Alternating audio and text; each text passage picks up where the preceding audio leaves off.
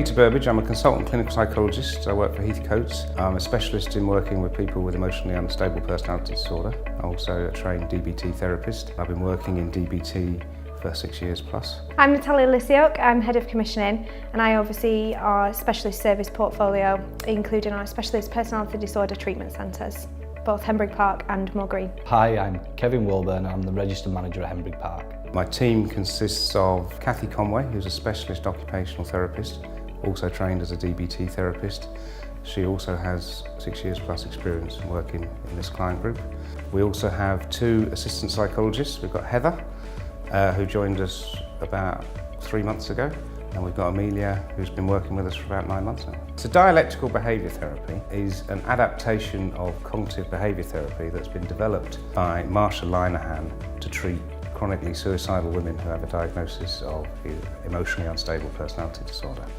It is a multimodal, team-based therapy that consists of a weekly skills group, weekly individual therapy, skills coaching between sessions, and there is weekly peer supervision for all the therapists involved in the team.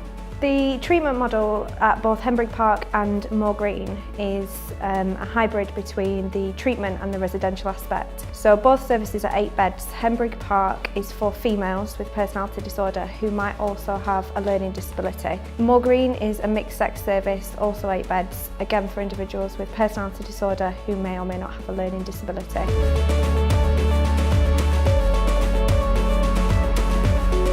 Dialectical behaviour therapy is delivered to a client group that traditionally don't do well in therapy.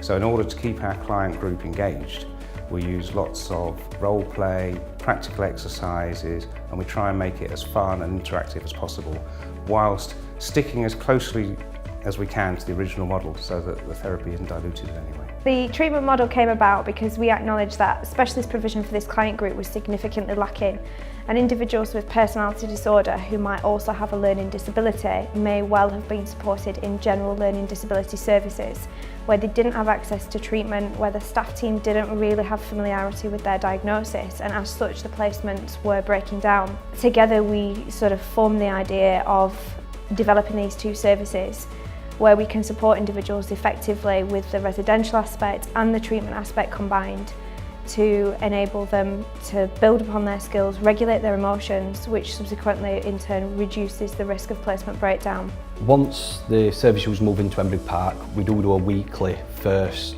breakdown, so it's a breakdown of how many incidents have occurred in the first week, any possible triggers for this, and then at the end of the first month we do a care monthly report, but I also alongside that with the assistant psychologist do an incident breakdown as well. So hopefully within the 3 months we collate all the information and see possible outcomes, possible reductions in behaviour, whether it be self-harm or physical aggression. Individuals don't need to be diagnosed with personality disorder in order to reside at our services, but if they are displaying some of the traits of personality disorder, they will meet our admission criteria. So that will include engaging in self-harming behaviours, life-threatening self-harm, problem behaviours, behaviours that have led to previous placement breakdowns.